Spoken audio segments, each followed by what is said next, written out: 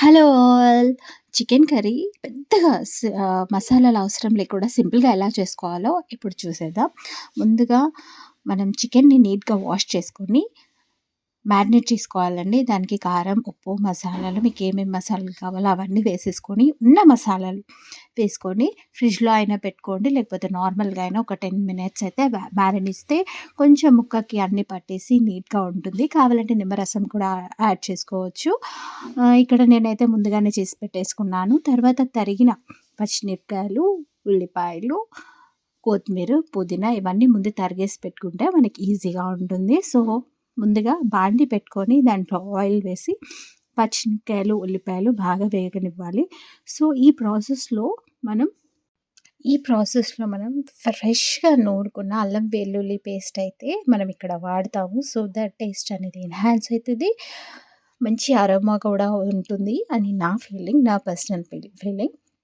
So, పెద్దగా మసాలాలు అవసరం లేకుండా చేయాలి అనంటే ఫ్రెష్‌గా నూరుకున్న అల్లం వెల్లుల్లి paste is the best choice అని నేను దృఢంగా నమ్ముతాను. సో దట్ అల్లం వెల్లుల్లి పేస్ట్ ఏసినాక కొంచెం ఆహ్, అటు ఇటుగా వేగించి బ్రౌన్ కలర్ వచ్చే వరకు వేయించాలి. తర్వాత పసుపు, నెక్స్ట్ పుదీనా కూడా వేసి వేయించిన తర్వాత మనం మ్యారినేట్ చేసుకున్న చికెన్నయితే వేయాలి. సో దట్ స్లోగా వేస్తుంటే ఏంటంటే కింద ఉన్నవి కూడా మంచిగా వేగుతూ ఉంటాయన్నమాట ఈ ప్రాసెస్‌లో. సో, క్విక్‌గా అయిపోతుంది.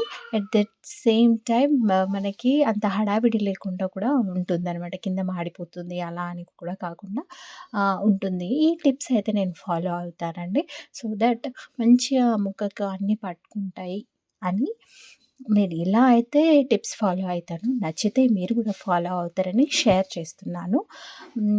తర్వాత ఇవన్నీ కలిపేసుకున్న తర్వాత మగ్గనివ్వాలి.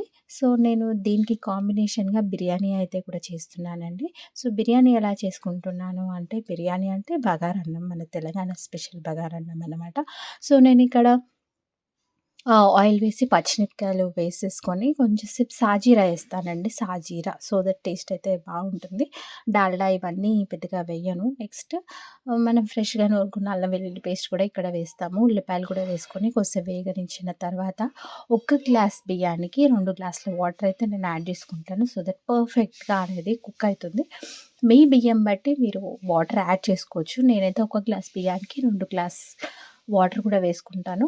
మీరు కొత్త బియ్యం గాకుండా పాత బియ్యం అంటే ఇంకొంచెం హాఫ్ గ్లాస్ ఎక్కువ తీసుకోండి. సో దట్ బావుంటుంది. కొంచెం బిర్యానీ మసాలా వేసుకున్నాను. పుదీనా కూడా వేసుకున్నాను. ఈ మసాలాలన్నీ నేను వేరే హ్మ్. చేస్తానండి. సో, మూత చేసేసి కుక్ అయిపోయిందండి. ఇది చాలా ఈజీగా టెంప్టీగా ఉంటుంది.